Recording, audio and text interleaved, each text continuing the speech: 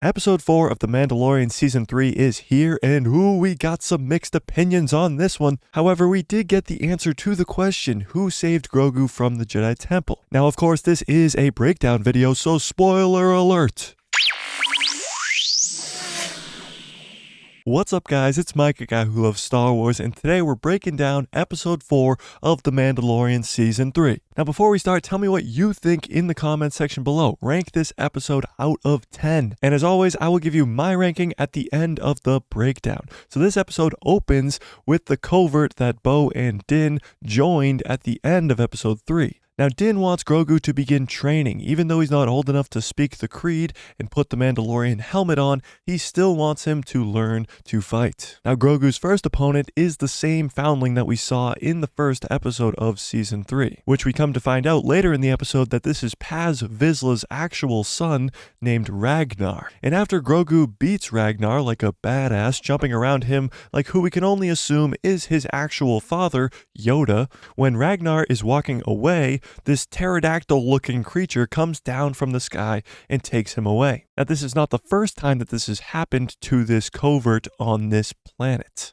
So Paz Vizsla says we have to chase it down and find where its nest is. So Din Djarin, Paz Vizsla, and some other Mandalorians go chasing after the kid. But after a long chase, the creature goes too far and the Mandalorians' jetpacks actually run out of fuel. But Bo-Katan, being the genius that she is, hopped in her ship and actually chased down the creature, following it all the way to her nest and mapped out the area around. When she brought it back, they came up with a plan to go save Ragnar. So Bo, Din, Paz Vizsla, and 4 other Mandalorians take off on this mission, while the Armorer is teaching Grogu a lesson. She is creating Grogu a chest plate and teaches him about being a Mandalorian. She says, just as we shape the Mandalorian steel, we shape ourselves. And a lot like in Season 1 of The Mandalorian, when we see Din Djarin have flashbacks when the Armorer is creating his armor, we get a flashback of Order 66, how Grogu was saved from the Jedi Temple. We first see a bunch of Jedi ready to protect Grogu. As the door opens, some clone troopers from the 501st, which is Anakin Skywalker's Legion, come through the door and start to strike down the Jedi in front of Grogu.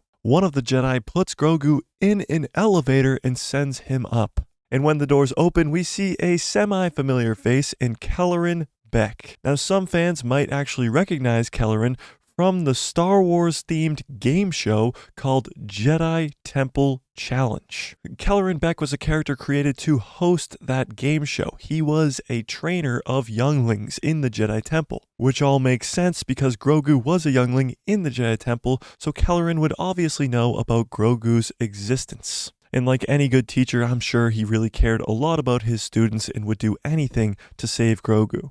However, Kelleran Beck is played by actor Ahmed Best. Now, for those of you who are unfamiliar, Ahmed Best plays a character in the prequel trilogy known as Jar Jar Binks. Now, Ahmed Best got a ton of hate during the prequel trilogy, people crapping all over the character of Jar Jar Binks, crapping on him for playing Jar Jar Binks, but now he is finally getting justice as the one Jedi who saves Grogu from the Jedi Temple during Order 66. Now, a lot of fans were upset that it wasn't Palpatine or Anakin or even Mace Windu coming back from the dead who saves Grogu from the Jedi Temple, but Kelleran makes sense. Kelleran was training youngling at the Jedi Temple. And if you brought back Mace Windu, it would open a whole can of worms and it wouldn't really make sense at all because where was he during the original trilogy? And if Anakin or even Palpatine got Grogu, then they would have plenty of Grogu's blood to do all the cloning that they want. But Kelleran Beck protects Grogu at the Jedi Temple. They hop on a speeder, have this awesome chase through Coruscant, the burning Jedi Temple in the background as they crash land onto a landing platform, where most fans did recognize a Naboo star cruiser. The same one that Padme uses to go to Mustafar to confront Anakin and try to stop him from what he's doing. Kelleran and Grogu escape the planet and go into hyperspace. Now, this doesn't answer every question. Where was Grogu during the original trilogy and up until Mando finds him in the beginning of Season 1? There are still many unanswered questions about the character of Grogu and where the heck is Kelleran Beck? But it was very cool to see Order 66, the Jedi Temple, and Coruscant during that time period. But the flashback ends and Grogu gets a chest plate with the signet of the Mudhorn on it, because Din and Grogu are a clan of two. And of course, the Mudhorn is referring to the second episode of The Mandalorian when Grogu saves Din from the Mudhorn. We then see Bo-Katan, Din Djarin, Paz Vizsla, and the other Mandalorians scaling up the side of the cliff where at the top is the nest of this creature. When they get to the top, the beast is not there, and that's when we find out that Paz Vizsla is actually the father of this foundling. And we find that there are 3 babies of this creature in this nest. The mama bird comes back and regurgitates Ragnar, which begins this epic chase scene of the Mandalorians trying to get Ragnar back. And in this scene, Bo-Katan loses a piece of her armor.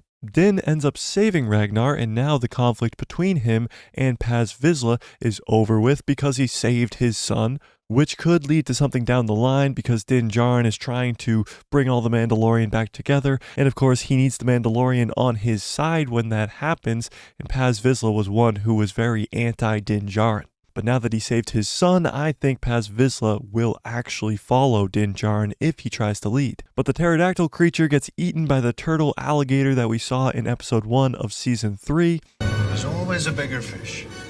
And when they fly back to the covert, they brought the 3 baby pterodactyl creatures so that they can train them and eventually ride them. The armorer praises Bo-Katan for what she did, saving a foundling, and she agrees to make her a new piece of armor. And Bo-Katan asks if that armor can have the signet of the Mythosaur on it. The armorer explains that the Mythosaur belongs to all the Mandalorian people, so of course she can have it on her armor. And then Bo-Katan tells the armorer that she saw the Mythosaur in the living waters. And at first the armorer doesn't believe her, saying that she's seeing things, but when Bo-Katan is certain that it is real and she saw it with her own 2 eyes on Mandalore in the living waters, the armorer only responds with, "This is the way."